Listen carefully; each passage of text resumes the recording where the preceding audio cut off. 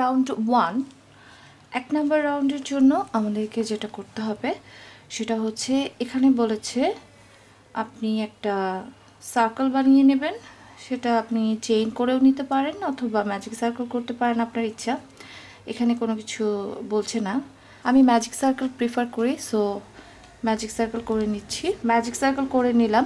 Magic সার্কেলটার মধ্যে খুব বেশি একটা বড় হবে না।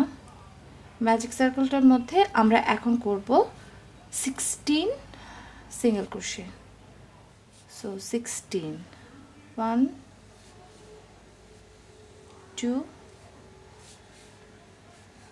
3 আমাদের এখানে 16টা সিঙ্গেল ক্রোশে করা হয়েছে। তো আমি এটাকে কিছুটা ছোট করে নিচ্ছি, অতিরিক্ত টাইটের দরকার নাই, কারণ 16টা যেন সুন্দরভাবে থাকতে পারে সেরকম ততটুকু টাইট করতে হবে।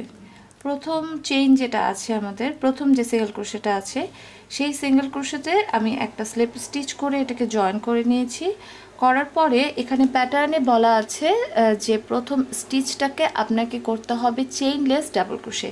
তো চেইনলেস ডাবল ক্রোশে না করে আমি চেইন 3 করলাম, আর স্পেসের জন্য আর একটা চেইন 1 করতে হবে, এটা রাউন্ড নাম্বার 2।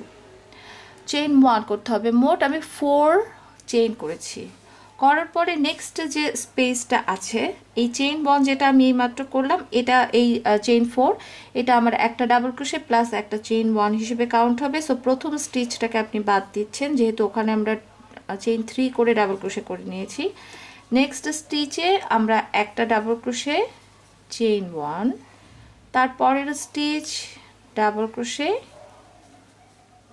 চেইন 1। এটা হচ্ছে আমাদের এই রাউন্ডের জন্য, রাউন্ড 2 এর জন্য প্যাটার্ন। কন্টিনিউয়াস আমরা করব ডাবল ক্রোশে, চেইন 1,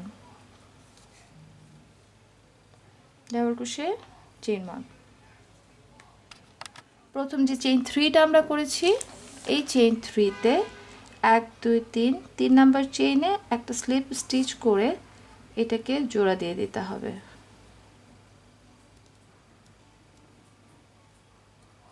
সো এই স্লিপ স্টিচ করে এটাকে জোড়া দিয়ে দিলাম।